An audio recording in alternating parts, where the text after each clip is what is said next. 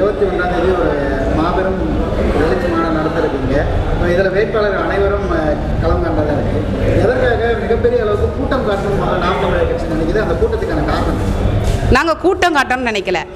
பிற கட்சிகள்லாம் மாநாடுனா எப்படி நடக்கணும்னு பாருங்க அப்படின்னு. இன்னைக்கு ஒரு இளைஞர் எழுச்சி மாநாடு நடக்குது. குடும்பத்தோட வர சொல்றாருல. கட்டாயங்க குடும்பத்தோட வந்தாதான். ஏன்னா இளைய தலைமுறையினருக்கு நாங்கள் எங்களுக்கான அரசியல் செய்கிறத விட எங்களுடைய வருங்கால சந்ததியருக்கான அரசியல் தான் செய்கிறோம். நாங்கள் அரசியல் அடிப்படை அரசியல் மாற்றம் செஞ்சுட்ருக்கோம். இப்போ நீங்கள் மட்டும் வாங்கினா இப்போ கட்சியோட கொள்கை பிடிச்சவங்க மட்டும் வருவாங்க. குடும்பமாக வந்தால் தான் அண்ணன் செந்தமிழன் சீமான் அவர்கள் என்ன சொல்கிறாங்க, அங்கே இருக்கக்கூடிய கூட்டத்தில் இருக்கக்கூடிய ஒழுக்கம் என்ன, நேர்த்தி என்ன, நாங்கள் இருக்கக்கூடிய நாற்காலியை நாங்களே எடுத்து வச்சுட்டு தான் அந்த இடத்துல இருந்து நகருவோம். நாங்கள் அந்த இடத்துல ஒரு குப்பை போட மாட்டோம். இதை பார்க்கக்கூடிய குழந்தை அந்த இடத்துல இருந்து ஒரு ஒழுக்கத்தை கற்றுக்கிட்டாங்க அப்படின்னா அதுதான் நாம் தமிழர் கட்சியோட வெற்றி. அங்கே இருக்கக்கூடிய மக்கள் அப்போ மது வாடை இல்லாமல், ஒரு அசைவ வாடை இல்லாமல், அப்போ மக்கள் இப்படி மாநாடு நடத்தலான்னு ஒரு குழந்தை கற்றுக்கிடுச்சுன்னா அதுதான் எங்களுக்கான வெற்றி. இளைய தலைமுறையினரும் ரொம்ப நேர்மையாக ஒழுக்கமாக நாங்கள் வழிகாட்டி கொண்டு போகிறோம் இல்லையா, அதுதான் எங்களுக்கான வெற்றி. அதற்காக தான் அண்ணன் கூட்டமாக வாங்கன்றாங்க. நீங்கள் நிறைய ஊடகங்கள் எங்களுக்கான நேர்த்தி, எங்களோட நேர்மறை எண்ணங்கள் என்ன, எங்களோட செயல்பாடுகள் என்ன அப்படின்றத காமிக்க மறுக்கிறீங்க. ஆனால் ஒன்றுமே இல்லை, ஆடுனா கூட அதை ஒரு திரை கவர்ச்சியில் காமிக்கிறீங்க.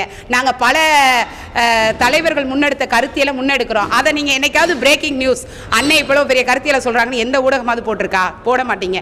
அப்போ ஊடகம் கொடுக்கல, அதனால நீங்களே நேராக மக்களின் மாநாட்டில் பார்த்து கேட்டு சிந்திச்சு தெரிஞ்சுக்கங்க நாங்கள் எவ்வளோ பெரிய கருத்தியலோடு இருக்கோம், கொள்கையோடு இருக்கோம் அப்படின்றதுக்காக குடும்பமாக வாங்க அப்படின்னு சொல்கிறோம்.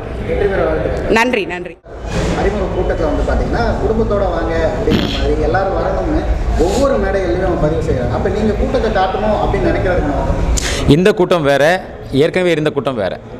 ஏற்கனவே இருந்த கூட்டம், அவர் கூட்டி காட்டின கூட்டம் அப்படிங்கிறது ஒரு அரசியல் மயப்படுத்தப்படாத ஒரு திரை கவர்ச்சியின் கீழே, ஒரு திரை நடிகரின் புகழ் வெளிச்சத்தின் கீழே எத்தனை பேர் இருக்காங்க அப்படிங்கிறத காட்டக்கூடிய கூட்டம். இப்போது வரக்கூடிய கூட்டம் பார்த்திங்கன்னா ஒரு இன அழிப்பின் பின்பு அந்த இனத்தின் விடுதலைக்காக எவ்வளோ பேர் கூடுறாங்க அப்படிங்கிற கூட்டம். அதாவது ஒரு தேசிய இனம், தமிழருங்கிற தேசிய இனம் அழிக்கப்பட்டது ஈழத்தில், தற்போது தமிழகத்தில் அழிக்கப்பட்டு கொண்டிருக்கிறது. அதை மீட்டுருவாக்கம் செய்வதற்காக உலகில் முதலில் தோன்றிய மொழிகளில் மூத்த மொழி தமிழ். அந்த தமிழ் மொழியின் புதல்வர்கள் தங்களுடைய தாய் நிலத்தை மீட்பதற்காக எத்தனை பேர் ஒரே இடத்தில் ஒன்று திரள்கிறார்கள் என்பதை நிரூபிக்கக்கூடிய, காட்டக்கூடிய ஒரு கூட்டம், இன விடுதலைக்கான கூட்டம். அந்த கூட்டத்துக்கு இந்த கூட்டத்துக்கு ரொம்ப வித்தியாசம், மலைக்கும் மடுவுக்கும் உள்ள வித்தியாசம். இது இன விடுதலைக்காக, ஒரு தேசிய இனத்தின் விடுதலைக்காக கூட்டக்கூடிய கூட்டம். ஏறத்தாழ 600 ஆண்டுகளுக்கு பின்பு தமிழர்கள் எழுந்தார்கள் என்ற வரலாற்றை நிலைநிறுத்துவதற்கான கூட்டம்.